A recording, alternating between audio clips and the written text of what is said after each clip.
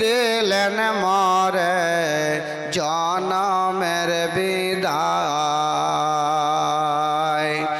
মরদা কেন্দে কেন্দে বলে জিন্দানি রে ভাই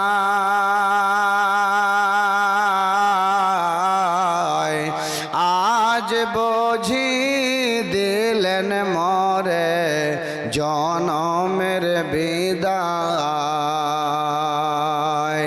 সাদা কাপড় পরাইয়া গোসল কেন দাও রে ভাই সাদা কাপড় পরাইয়া আতর কেন ছিটাও রে ভাই আজ বুঝে দিলেন মরে জনমের বিদায়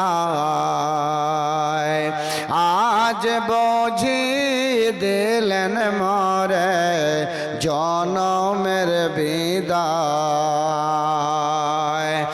আমার আব্বাকে দিও রে খবর আমার আব্বাকে দিও রে খবর আলেম ওলামার দোয়া চায়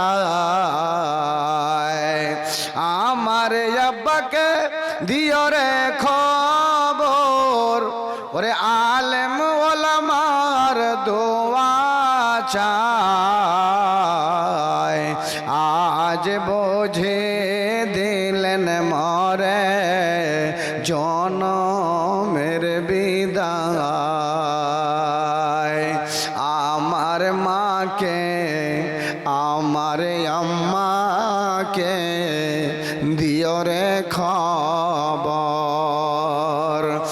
আমার আম্মাকে আমার মাকে দিও রে খবর দুধের দাবে মা চায় দুধের দাবে ক্ষমা চায় আজ বুঝি দিলেন মরে জনমের বিদায় মরদা কেন্দে কেন্দে বলে জিন্দানি রে ভাই আজ বুঝি দিলেন মরে জনমের বিদায়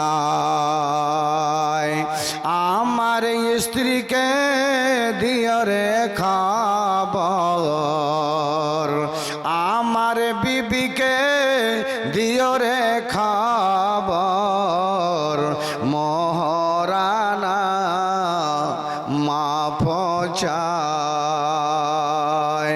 মহারানা ক্ষমা চায় আজ বুঝে দিলেন মারে জনমের বিদায় মরদা কেন্দে কেন্দে বলে জিন্দানি রে ভাই আজ বুঝি দিলেন মরে জনমের বিদায়।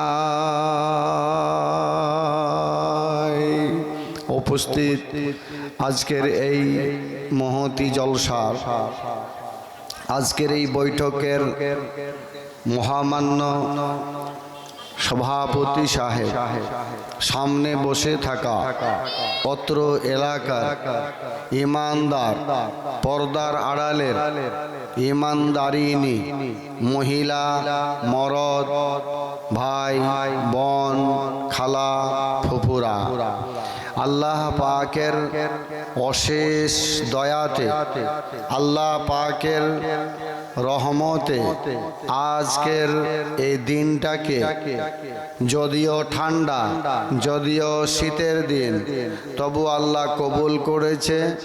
আমরা তার ক্ষমতায়, তার অর্ডারে আমরা এখানে এসে উপস্থিত হয়েছি। আল্লাহ রাব্বুল আলামিনের গোলাম, তার বান্দা হিসাবে আমরা আজকে এখন এই মুহূর্তে একবার আল্লাহকে সন্তুষ্ট করার জন্য প্রাণ খুলে ছোট্ট একটি শব্দ দিয়ে আল্লাহকে রাজি করব। আল্লাহ যেন আমাদের প্রতি রাজি হয়, তার কারণে সবাই মিলে একটু প্রাণ খুলে বলুন আলহামদুলিল্লাহ। তারপরে আখির নবী, নবী মুহাম্মদুর রাসূলুল্লাহ, যিনি এই উম্মতের জন্য, যিনি এই দিন ইসলামকে টিকাবার জন্য, যিনি এই ইসলাম ধর্মটাকে মানুষদের কাছে পৌঁছিয়ে দেওয়ার জন্য বহু কষ্ট করেছেন, বহু পেরেশানি উঠিয়েছেন, তিনার ওপরে আল্লাহর পক্ষ থেকে অগণন রহমত বর্ষিত হোক। আল্লাহুম্মা সাল্লি আলাইহি, আল্লাহুম্মা বারিক আলাইহি। আমার ভাইরা, আজ হয়তো আপনারা এখানে বসে আছেন, গতকালকে 22 তারিখ কেটে গেছে। অনেকটা ভাইয়ের মনে কালকে হয়তো কিছু দুঃখ ছিল, পেরেশানি ছিল, ভয় ছিল, অনেক রকমের মনের ভিতরে একটা চিন্তা ভাবনা ছিল, হয় কি হয়, কি হবে, কি হবে, এরকম একটা মানুষের ভিতরে চিন্তা ভাবনা কালকে ছিল। কিছু হবে না, কিছু হবে না। যদি আমরা আসলেই মুসলমান হিসাবে জিন্দেগি কাটাতে পারি, মুসলমান যদি ধৈর্য ধরতে পারে, মুসলমান যদি আল্লাহমুখী হয়, আল্লাহকে যদি চিনতে পারে, তাহলে মুসলমানের দুঃখ পেরেশানি কষ্ট করে কোনো প্রয়োজন নেই। কেন নেই? আল্লাহ রাব্বুল আলামিনের বান্দা যারা মুসলমান, যারা আল্লাহ মানে, যারা হাদিস মানে, যারা কোরআন মানে, যারা নবী মানে, এদের ব্যাপারে আল্লাহ রাব্বুল আলামিন পুরো কোরআন মাজিদটাতে খাস করে মুমিনদের জন্য, খাস করে মুমিনদের জন্য, মুসলমানদের জন্য, মুসলিমদের জন্য অহরহ জাগাতে সুসংবাদ, আনন্দের সংবাদ, আনন্দের বিষয়, খুশির কথা আল্লাহ রাব্বুল আলামিন মুসলমানদের ব্যাপারে, ঈমানদারদের ব্যাপারে আলোচনা করেছেন। কিন্তু যে কালকে আপনারা শুনছিলেন সোশ্যাল মিডিয়া, মোবাইলওয়ালা ভাইরা, চ্যানেলওয়ালা ভাইরা, অনেক দুনিয়াতে হয়েছে। ও বলছে এইরকম হবে, ও বলছে এইরকম হবে, ও বলছে এইরকম হলো। আর আপনারা খুব বড় বড় কালকে খবরগুলো শুনছিলেন, তার আগে শুনছিলেন কি হলো, যেটা রাম মন্দিরটাকে তৈরি করলো, যেখানে মুসলমানদের একখানা মসজিদ ছিল, আর ওই মসজিদটাকে ভেঙে ওখান করে রাম মসজিদ তৈরি করে কালকে উদ্বোধন করলো। শুনতে পেলেন কি? সোশ্যাল মিডিয়া বলল গুজরাটের একজন ব্যক্তি একটা ওখানে আগরবাতি দিয়েছে, যে আগরবাতিটার লম্বাই হলো 108 ফিট, 108 ফিট লম্বা। সেটাকে একবার জ্বালিয়ে দিলে 1.5 মাস অথবা 2 মাস ধরে খালি জ্বলবে। অত উন্নত মানের সব সুগন্ধি দিয়ে তাকে তৈরি করে বানালো। শুনলেন এই কথা? মুকেশ আম্বানির কথা শুনলেন? ওই মন্দিরের জন্য 33 কেজি, আরে বাপ রে, লোহা নয়, তাবা নয়, পিতল নয়, সোনা দিল মন্দিরটাতে 33 কেজি। আরো অনেক অনেক শুনলেন বলে ও তালা দিল, ও লক্ষ লক্ষ টাকা দিল, কোটি কোটি টাকা দিল। মুসলমান যারা যুবক এখানে আছেন, আল্লাহর কসম দিয়ে বলে যাচ্ছি, আমাদের চিন্তা ভাবনা, মনে কোনো দুঃখ পেরেশানি করার কোনো দরকার নেই।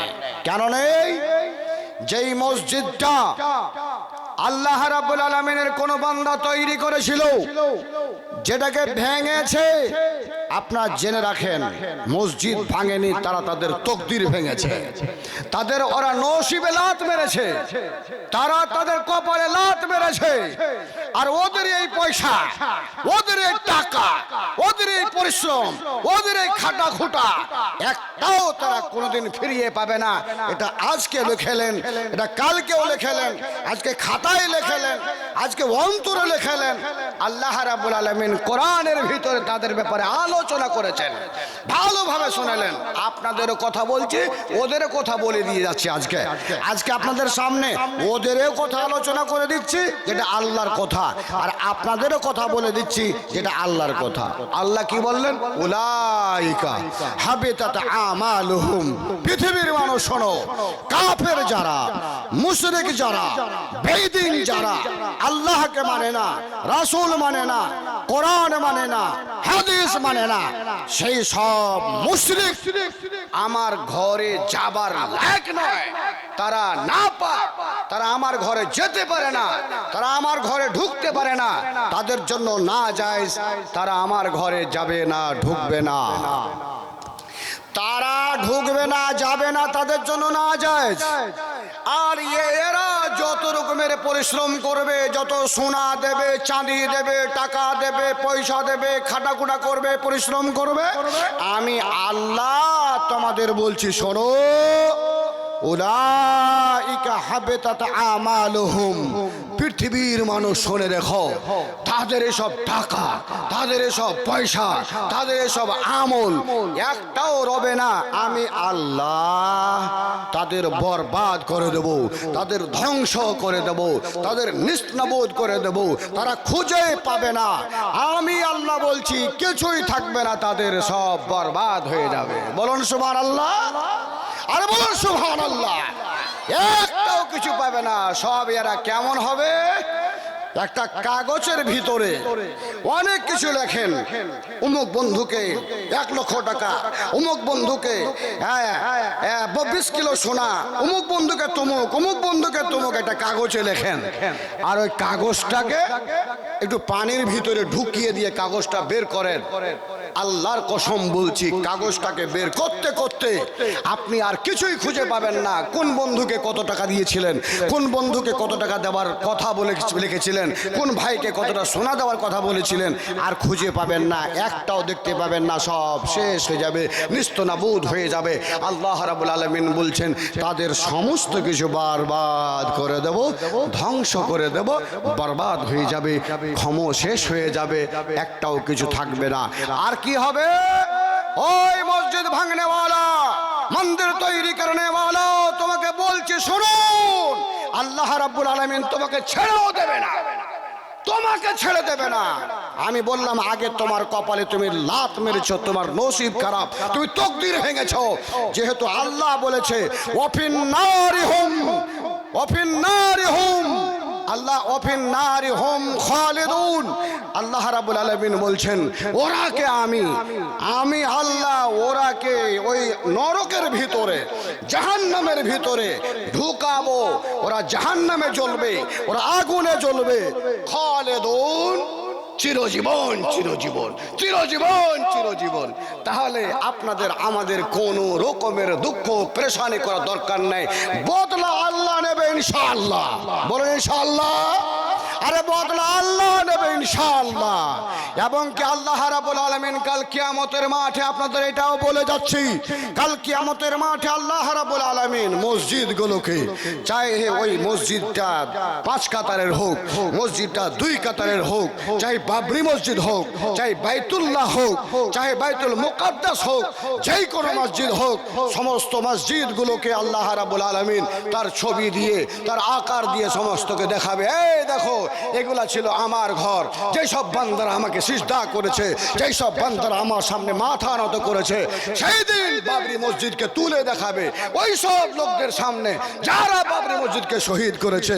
মন্দির থাকবে না ইনশাআল্লাহ, মন্দির থাকবে না ইনশাআল্লাহ, থাকবে তো মসজিদ থাকবে। মসজিদ দেখাবে বান্দারাকে, এই দেখ এটা আমার ঘর ছিল, তোমরা নষ্ট করেছিলে, তোমরা বরবাদ করেছিলে, তোমরা মসজিদ ভাঙনি, তোমরা তোমাদের তকদিরকে ভেঙেছো। ভাইজান কোনো দুঃখ করার দরকার নাই, কোনো পেরেশানি ওঠার দরকার নাই। কিন্তু আমার বলতে বড় দুঃখ এটাই হয়, মুসলমানরা ইবাদতের জায়গা তৈরি করে, মুসলমানরা ইবাদতের জায়গা খুব পরিশ্রম করে বানায়, মুসলমানরা ইবাদতের জায়গা কঠিন পরিশ্রম দেয় দিয়ে তৈরি করে। কিন্তু বাবা মসজিদের ঘর বানার পরে মসজিদের ঘরের যেটা উদ্দেশ্য, সেই